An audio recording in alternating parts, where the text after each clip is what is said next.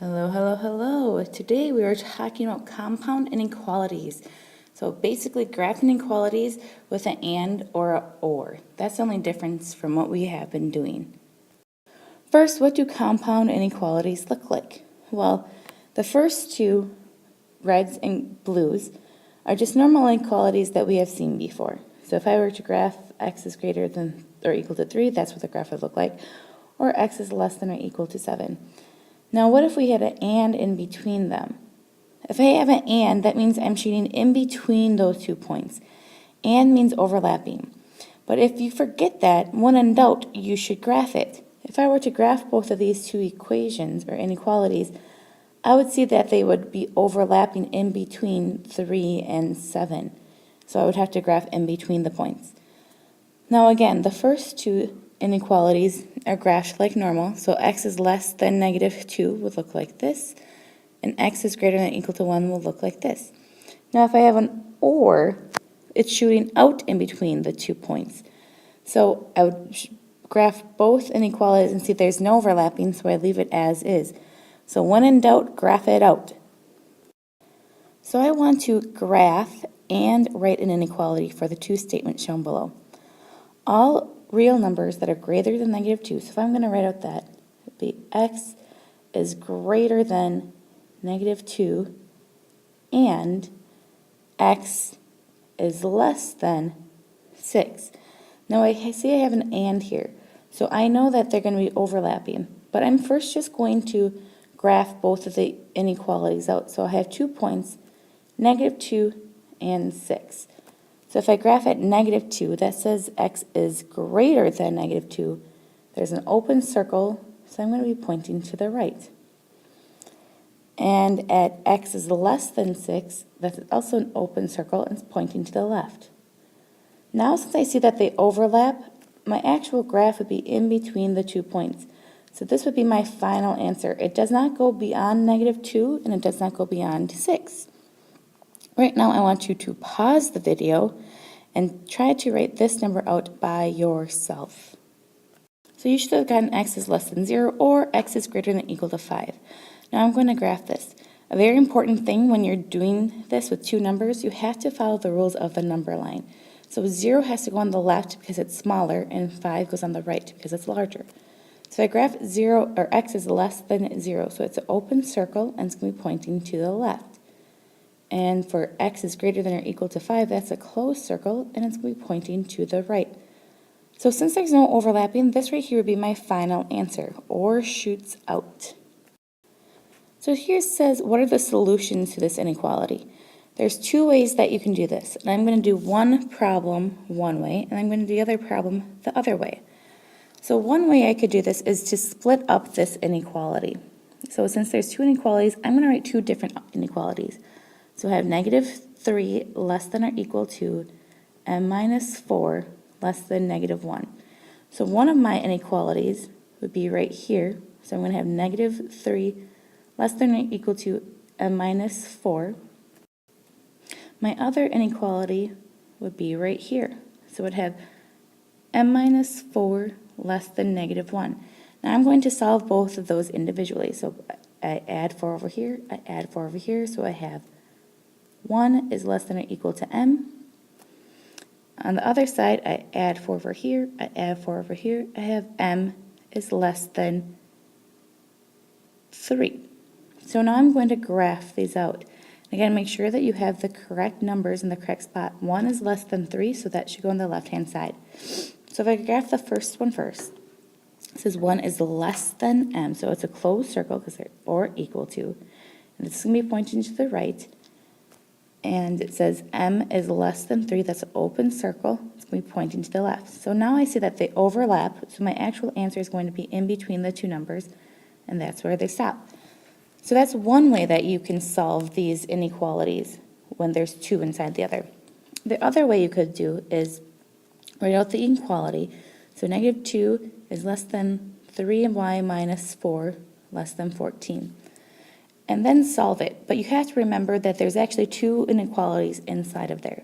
The first thing I want to do when I'm looking at my middle equation is I have to get rid of my minus 4. So I'm going to add 4 But I also have to add 4 to each side of my inequality. So this would be 2 less than, and then I just have the 3y left in the middle, and is less than 18. And now I divide, so I can get the y by itself, by 3, and you have to divide both sides of the inequality. So I'm going to have 2/3 is less than y is less than 6. Now again, I need to graph this. Whenever you have an inequality written like this, where the variable's in between two different numbers, it's always going to be an and statement. So I have a 2/3 and I have 6. So I have an open circle at both locations, and it says y, or 2/3 is less than y, so this would be pointing to the right. And it says y is less than 6, so this would be pointing to the left. And it's shaded in between my 2 points. Here it says we have the solutions to the 2 inequalities with an OR. So I know that when I graph this, they're going to be pointing out. So when you do these two, you just solve each of them separately. So my first one, I'm going to subtract 7, and I have negative 2y is less than negative 6, divide by negative 2, divide by negative 2. I have to make sure to flip my sign, and y is greater than 3. For my other inequality, I subtract 3, 4y is less than or equal to negative 8, divide by 4, and I have y is less than or equal to negative 4. Now this is a perfect example where you don't want to get the number line screwed up. Negative 4 is less than 3, so negative 4 has to go on the left-hand side. So now when I'm graphing this, at negative 4, it's a closed circle because it's or equal to, and it says y is less than 3. And at 3, it's an open circle, and it says y is greater than 3. So that's what the graph would look like. Right now, I want you to pause the video and attempt to do this one by yourself.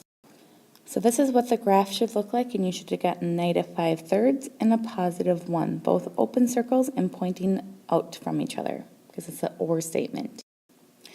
Now I have interval notation. You can write as much of this down or as little down as you want. Make sure you know what these are talking about though.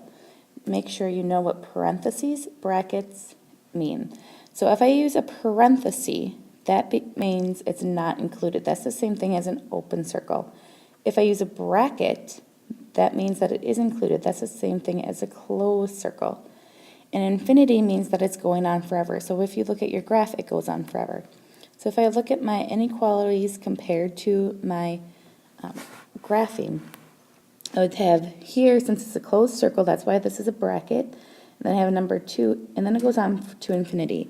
Now, since infinity never stops, you always want to use a parenthesis on the other side. So again, this is what the second inequality would look like. When you have an and statement shading in between the two, you should only have those 2 points. It's a parenthesis on the left-hand side because the 1 is an open circle, and it's a bracket on the right-hand side because it's a closed circle. Now, when you have an or, you have to write out 2 separate interval notations, and then you write or in between.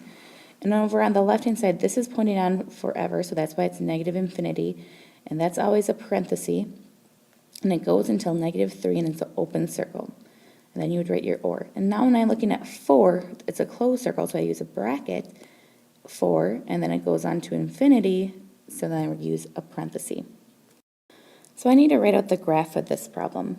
Once I write out the graph, sometimes it's easier to write out the inequality. So if I look, I'm dealing with negative 4 and positive 6. So at negative 4, it's a closed circle because it's a bracket, and at 6, it's an open circle because it's a parenthesis. And since there's only 1, it's shaded in between the 2 numbers. So now when I write out my inequality, I could have x is greater than negative 4 and x is less than 6. Now I made a mistake there. There's something else I need to add. Well, if I look back at my problem, okay, x is greater than 4. Oh, I need a or equal sign. So that's what the inequality would look like. Right now I want you to pause the video and attempt the second problem. So you should have gotten this for the graph, shaded in between negative 2 and 7. Negative 2 is an open circle because it's a parenthesis, and 7 has a bracket, so it's a closed circle. And this is what your inequality would look like. So what I need to do, find the graph and write the interval notation. So it's an or statement, so I know it's going to be pointing out. So I'm dealing with -1 and +2. At -1, it's a closed circle, and it's pointing to the left. And at +2, it's an open circle, and it's pointing to the right. So at the or, you're going to have two different interval notation. So if I just deal with this one first, if it's pointing to the left forever, that's going to be going to -infinity. And infinity always has a parenthesis. And then I have -1. Since it's a closed circle, it's going to be a bracket. And then I have or. So now if I look at my second inequality, it's first dealing with 2, and it's a parenthesis because it opens circle, and then it's going on forever, so it's going to infinity. I want you to attempt the second problem by yourself. So there's only one inequality here, so it's going to be just at 7, and it says y is greater than 7, so it's pointing to the right. So it's an open circle and pointing to the right. So when I write my interval notation, since it's open circle, it's a parenthesis, and since it's going on forever to the right, it would be to a positive infinity. Make sure you fill out the Google form and submit your answers. Have a wonderful day.